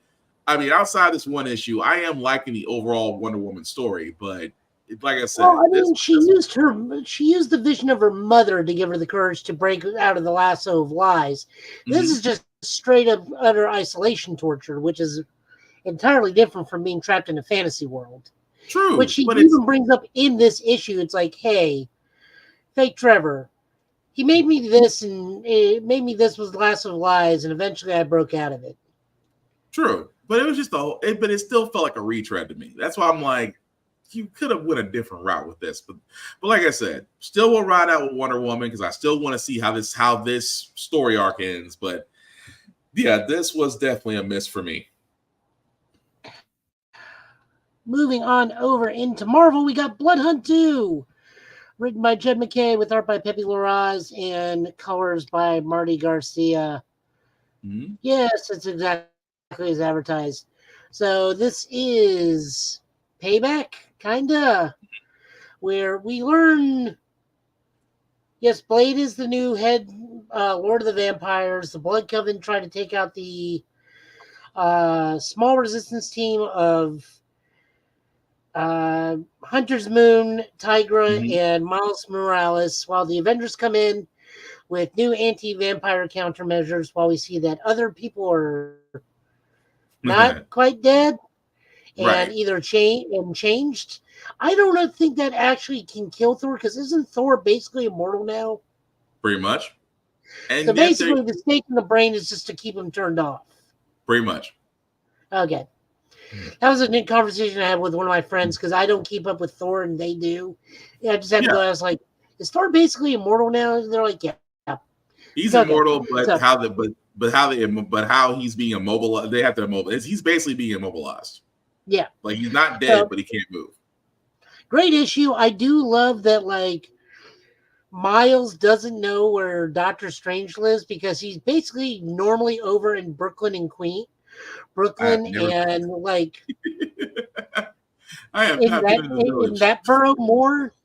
So they're like, I'm new. I don't know where a lot of these places are, and they take him over there. It's like it's not exactly hidden away. It's very obvious. It stands out. And Miles goes like, I don't get on this side of town much. Yep, and the funny part was that they run into Strange, who's already having problems of his own. And then I'm not going to see the twist at the end because that I did not see coming. So again, I will give it because he is throwing some curveballs at the ends of these issues. And that one I did not see coming. So yeah, it was a good one. So I actually talked to the guys at Rick's Comic City, and I wanted to see how well this is going for them. And they told me this is selling exceedingly well to the point where we tried to find certain issues for people that have been asking them out of the boxes to see if like anyone's got extras, and we are not finding any. So they are pleasantly surprised. I still think it's because this is a very cohesive across the books that Jed McKay is writing. Yeah. Being the Moon Knight, the Doctor Strange, and the Avengers. And I think that Miles lends itself better to this story than Peter, because Peter's doing Peter's become the Spider Goblin now. No one gives a crap. That even though they got a better artist on the book now, I still don't care because they're doing stupid stuff. Yeah. I'm so glad they were dealing with Miles than Peter because even the Blood on Spider-Man tie-in was stupid. I still got to go back and read that. It's so bad. Oh my god. Like if you guys, if you want to read Peter, read Spectacular Spider-Man, read Ultimate Spider-Man. Stay away from Amazing Spider-Man. Don't even hate read it. It's just that bad.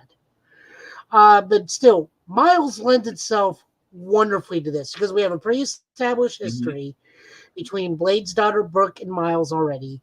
I love the Dracula's in on this. And it's just like, the hell are you doing here? It's like, I'm trying to get to the bottom of this. Dracula is more ticked off. It's like, you know what it is? Dracula at this moment is pretty much grumpy old man. He's like, I'm only here to fix your problem so I don't get blamed for it. I actually kind of equate him to Kane from Legacy of Kain. It's like, I'm only here to reclaim my kingdom. I'm only in this for the long game so I can reestablish my power. Actually, you know what? That's a better comparison. Yeah, I'll go with that. That's better. But no, this was a great book. The art was fantastic. Colors were bright and vibrant, which is surprising considering it's a book that's happening entire night. Great twists, great turns. I love the fact that Miles had to correct himself.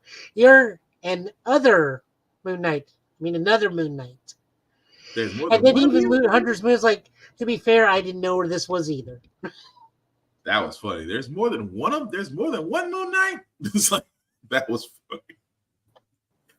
Oh man. But no, good. It was a good issue though. Like I said before, the twist at the end I was like, I did not see that coming. Yes, Panther. Number 4. Number 4. Yeah, number 4. This is written by Brian Hill, art by Stefano Caselli, and colors by David Carell. Basically, T'Challa, this is a Shuri and Okoye larger issue where they're discussing how to move forward with Wakanda. Well, T'Challa is, I wanted to say T'Chaka for no reason. T'Challa is still meeting with Killmonger and everything, and assassination attempt is made. And then Okoye gets introduced to what do they call themselves? I was about to say the Midnight Society, but that's wrong. No, it was an inner circle, but he's like their inner circle of trust is what he said. Yeah, it's like, here's Eric Killmonger, here's Storm, here's Shuri, here's me. We need to do something about the Moon Knights and the Ra and the Khonshu. But I love the fact that he said there and said you can't trust anyone else in Wakanda except in this room. But at the same time, you do gotta love that he just showed up at the right time. But at the same time, what happened with the corpse? That was different. That was different. Very different. What I loved about this is Killmonger didn't have a Killmonger haircut. That is true. He did not have a Killmonger haircut. And he had like this weird like samurai Ronin. Well, maybe it's haircut. Maybe it's a different version, but hey, you're right. He did not have the Killmonger haircut, although we're not going to knock Michael B. Jordan for that. It's just the fact that everybody started doing it. Everybody started. It was kind of like a samurai top knot, but with dreads. Yeah. He did with locks, which was still a good look. And then Storm just in the background looking extra mean and angry. Hey, Storm looked fabulous. But this is much more affordable than some of her other costumes. I'll put it this way. I think there's a gentleman's agreement with Storm. Like I was trying to tell somebody else one day, you will never find a bad Storm drawing in any comic. You'll be hard pressed to find it if you do. This is true. Mm-hmm. I bet that's like a Marvel mandate or something. Has to be. If you mess up Storm, you come up missing. All right, we got the new Spider-Gwen, the Ghost Spider. This is written by Stephanie Phillips with art by Federico Machin and colors by Matt We're putting this in just because Spider-Gwen still fun to read. But as of late, she never really has an ongoing. She kind of has like the Venom touch now, the classic Venom touch, where she'll do miniseries after miniseries after miniseries. And in this one, she is permanently living in Earth 616, trying to reestablish her identity as a Gwen Stacy, but not the Gwen Stacy. Meanwhile, she's working with the TVA, specifically Obi, which I think this is his comic book debut. Yeah. Which big ups for him, but like Obi tells her, like, look, you can't like be Spider-Gwen here because we're here undercover and we don't need any more spider people here. And even I think the best thing about this book is that they actually address something in this. Is that Gwen goes, I'm okay being here doing what I need to do, but there are too many spider people in this city. It just, she just starts naming people. But wasn't that just odd though? Because when I was reading that, I was like, wait a minute, you're basically a part of the TVA. You can literally put Gwen in any branch of the timeline you choose to. You choose to put her in the most convoluted one, and then expect her not to be herself. That's true. Like she's Spider-Gwen's up almost immediately to stop things, but like that is something I want to touch upon. And it's very I find it odd that they do it in this book, is that they are finally starting to make the statement of there's too many spider people. Yeah. That's the part that's the like you do know you could have put her somewhere else. But I mean, this issue is definitely interesting. I kind of want to see where they go with this, just because technically this is one character who is kind of quote unquote unalived. But yeah, I'm just curious to see where it goes. Yep, me too. Like I said, Spider-Gwen does kind of get the 90s Venom touch, where it's just like one big event story after another, and there's no real consistency with her. There hasn't been for quite a while, and I hope she gets it again, but right now she's doing like the Venom thing. Makes sense. Next up, we got She-Hulk. This is written by Rainbow Rowell with art by Andreas Genolet and colors by D. Cuniffe. I will never get that right. Basically, this is the we make up issue to everything that's been going on.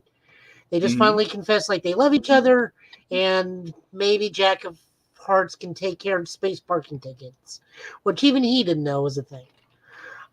He got money. Oh no, good book. I mean, very sweet. We know what me and Will know what we're getting when we read this book. We understand that this is a She-Hulk book, but we understand this is not the punching, kicking She-Hulk. This is the thinking, loving, trying to be a normal person She-Hulk, which is an aspect of her life we don't get very much. But additionally, I still want to find out what happens in the next issue. I'm not gonna spoil it, because I still want to see what those three characters will do in their own story. I hope it gets done. But beforehand, yeah, the She-Hulk story was pretty good. I mean, let's be honest. Jennifer just has a bad run, and Jack is kind of torn between two women, even though one woman was just, the other woman was just like, you tell her she's an enemy. All of a sudden, injustice gets to use one word too many. But no, it was still a good issue. I liked it. All I'm gonna say is Patsy's an enabler. Pretty much. You ain't no argument for me on that.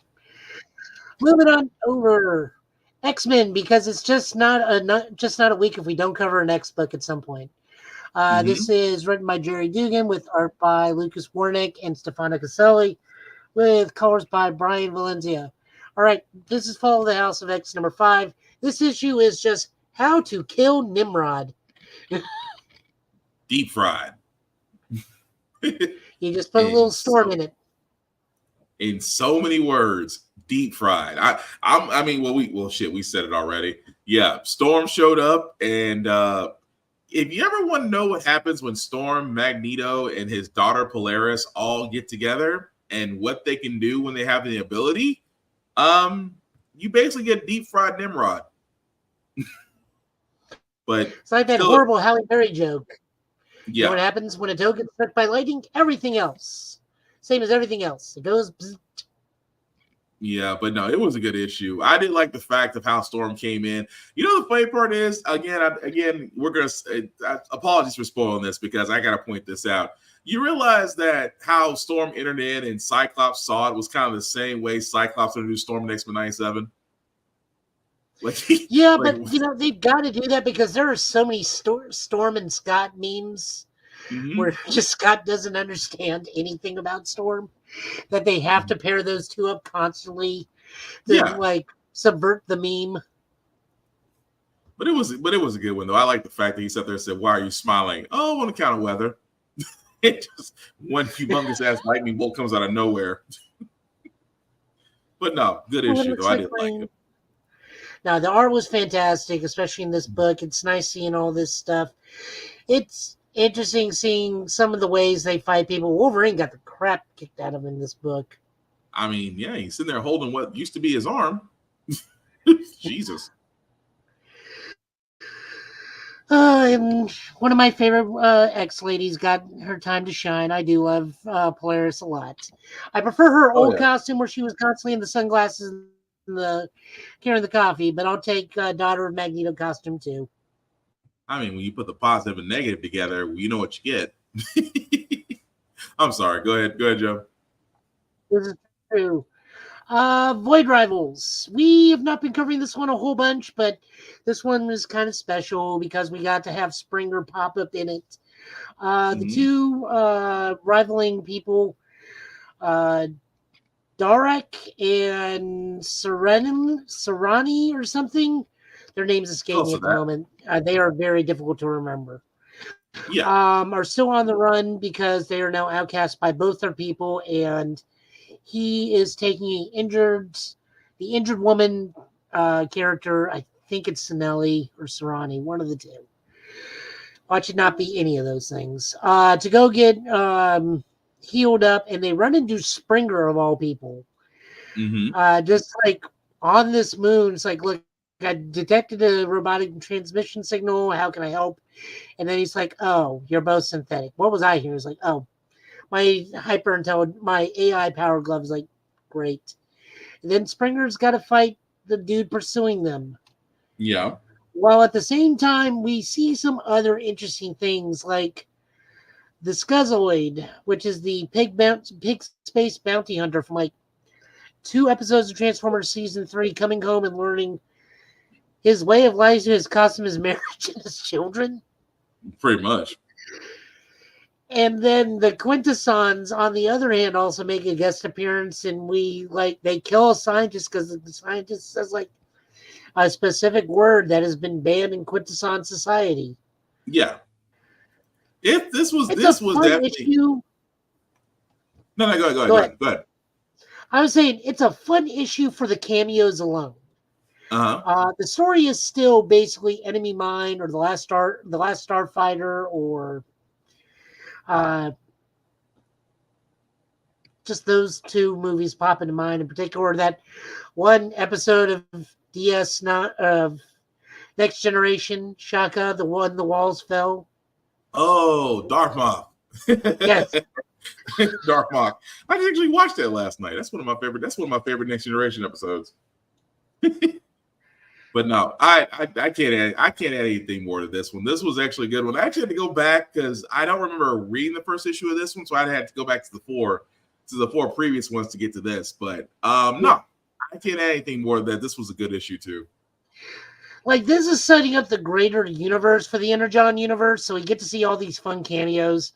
Yeah. I really don't know where this is going with all these Generation 2 and Transformers and whatnot that are just like popping up left and right, and especially what with the Scuzoid and the Quintessons actually have to do with everything. I'm wondering if this is like another one of the planets where they like built the people and they've just become too sentient to control like the Transformers were in the original continuity. It made me think of that. That's what I'm kind of maybe. I don't know. I mean,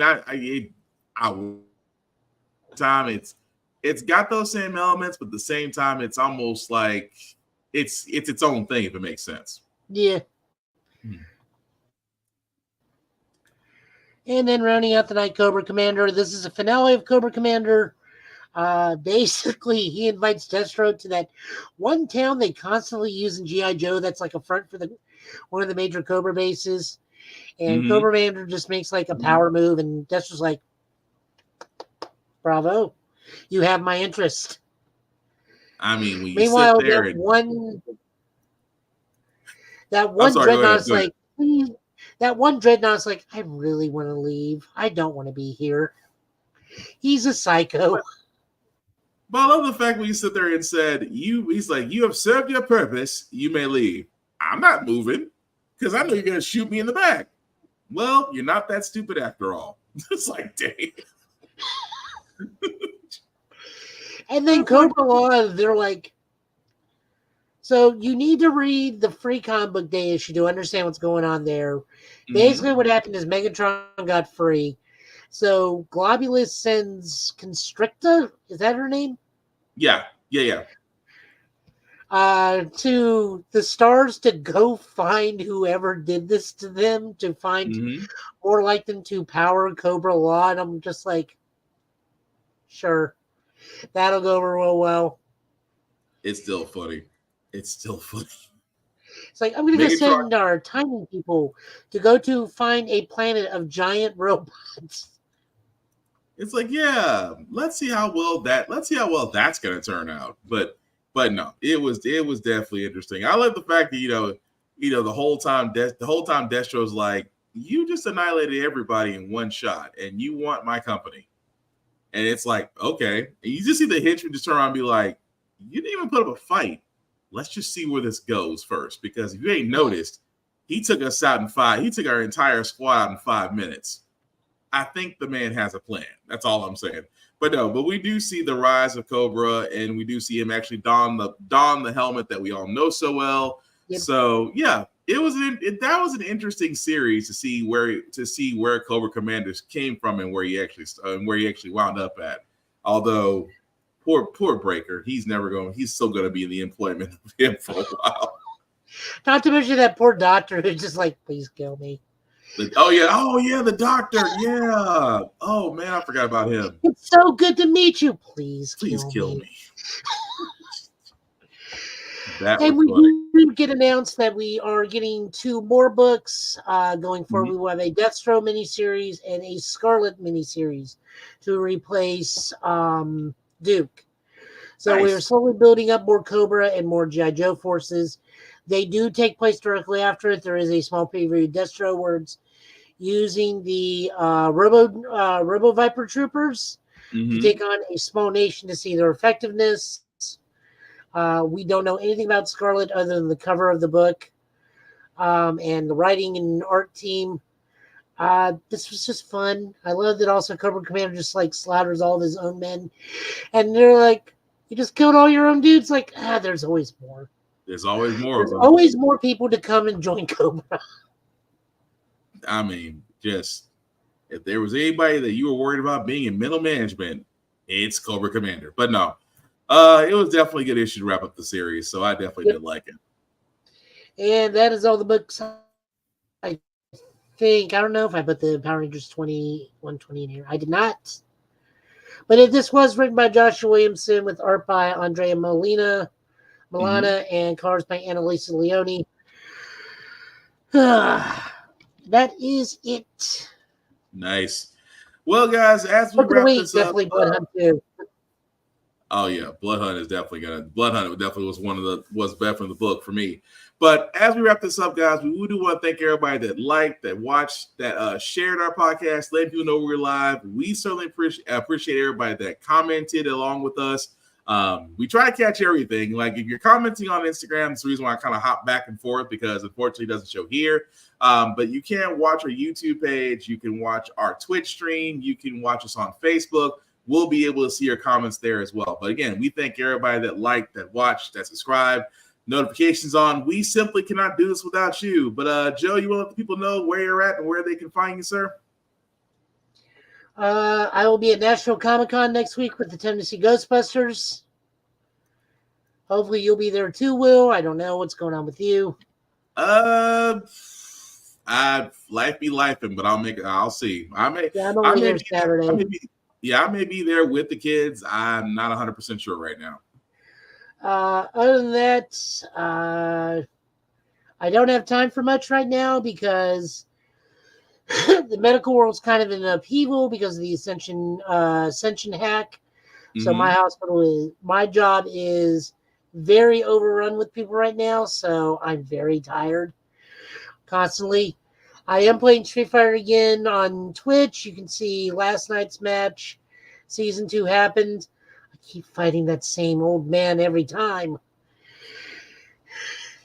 As the SpongeBob thing goes, how many times do we have to teach you this lesson, old man?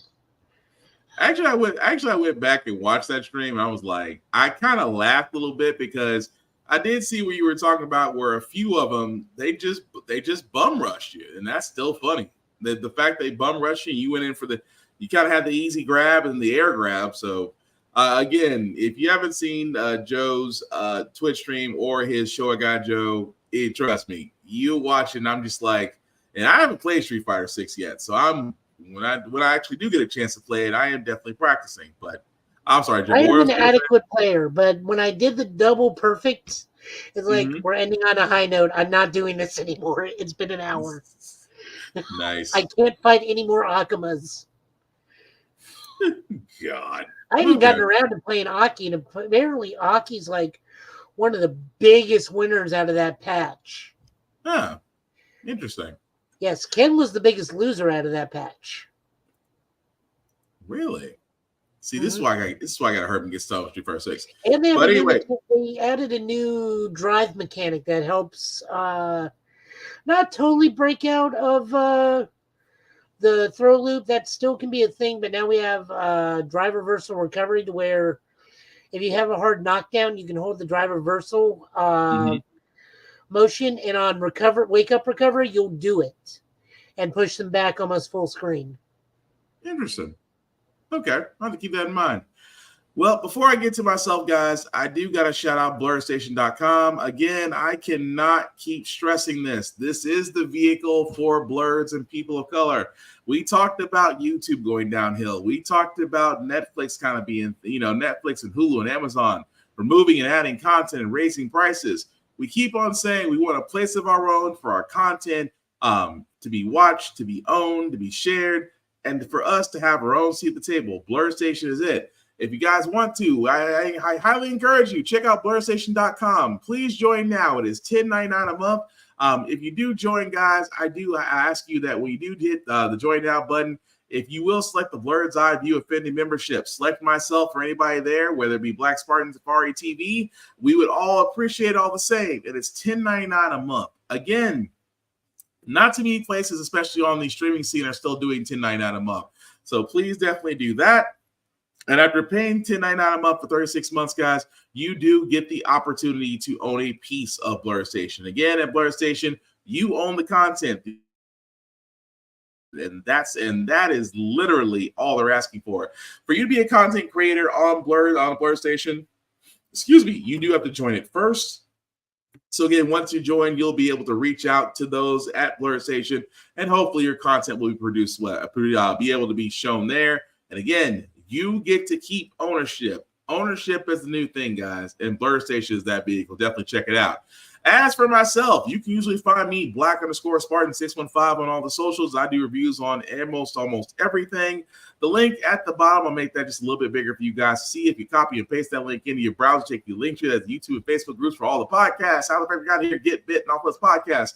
I know for a lot of you that liked and shared and subscribed, I appreciate it. But still, a like, a share, and a follow costs nothing and takes a second to do. And again, we cannot make this bigger without you. So hopefully, guys, you can join us, follow us, both me and Showa Guy Joe, as we try to take this podcast to newer heights. At the same time, guys, definitely check out Blurred's Eye View, the other podcast that I'm on every Tuesday and every Thursday. Definitely check out Tafari TV, who's usually with us, but again, he's at MomoCon right now. But definitely check out Tafari TV. Also check out Geek by Heart, Lainey, who's also in the comments as well, because they actually just got through reviewing the latest Planet of the Apes movie. So definitely check them out on their YouTube page. Again, also check out Big VZA for beats and things of that nature on all cross socials as well. And again, guys, I cannot stress this enough. We cannot do this without you. So with that being said, guys, as we wrap this up, we will hopefully be back here same time next Friday, same Get Bit time, same Get Bit channel. By next week, however, because that is the last week before Summer of Games, and just to go ahead and give you guys a heads up, we do try to do our best to cover Summer of Games. We will also be covering Microsoft's Game Showcase that'll be happening 2 weeks from now. So we hopefully will have some answers. At the same time, guys, whatever news that actually happens the next week or so, we will definitely have for next Friday. So again, we hope you join us. But before we call it night, Joe, any last words, sir? In 2 weeks, we will also have the birthday podcast. As it's my birthday, because on the 7th. Oh yes, because on the 7th. I'm going to see if I also could rope. Since Tafari's never seen Ultraman, I'm going to see if I can't rope him into like a watch react thing for when the new Ultraman comes out in July. I want to see if he'll be down for that. Might be able to if you ask. He probably will be down for it. But yes, my co-host Joe will be having his birthday, so we will have to come up with something for that birthday podcast. Then we'll have to come up with something. I'll be so close to the meaning of life. But I'm 43. turning 41. Oh, I think 41. I was like, wait a minute. That's why I'm close to the meaning of life. I missed that. Because I was like, wait a minute, the answer to all things is 43. I was like, hang on a second. 42. That's why Miles' Spider is 42. Yeah, the answer to life is 42. If you haven't seen the Hitchhiker's Guide to Traveling the Galaxy, that's where we get the reference from. But anyway, as we wrap this up, guys, we always talk about fandoms. We know them, we love them, we share them, we debate them in a nice way. The last thing we want to be is toxic gatekeepers. The last thing we want to be is put down anybody's taste who is different than ours, simply put, because they don't match us. The whole idea of fandoms is to include people into things and introduce them to experiences they may not know, but actually will be forever changed by it, and hopefully change the way we look at fan bases, change the way we look at cons, change the way we look at each other. Because again, cosplaying is for everybody. Cosplay has no body or color requirements. The only thing we ask you not to do is blackface. Don't do blackface. That's all. Everything else, open season. Aside from that, guys, simply put, when you're sharing fandoms, be kind, be nice, answer questions, because a lot of people don't know what's going on and they may just want to know. But above all else, don't be a dick about it. That being said, guys, we're going to go ahead and call it a night. He's been Joe. I've been Will. This has been the Get Bit Podcast. We do thank you all for watching. We certainly appreciate it. Again, if you're at cons, have fun, be safe. And if you're going to cons, have fun and be safe. And let us know about it. Because again, if you got stuff like Oscar the Virus has, I want to know. But anyway, it's a whole nother story. Take care, guys. Peace.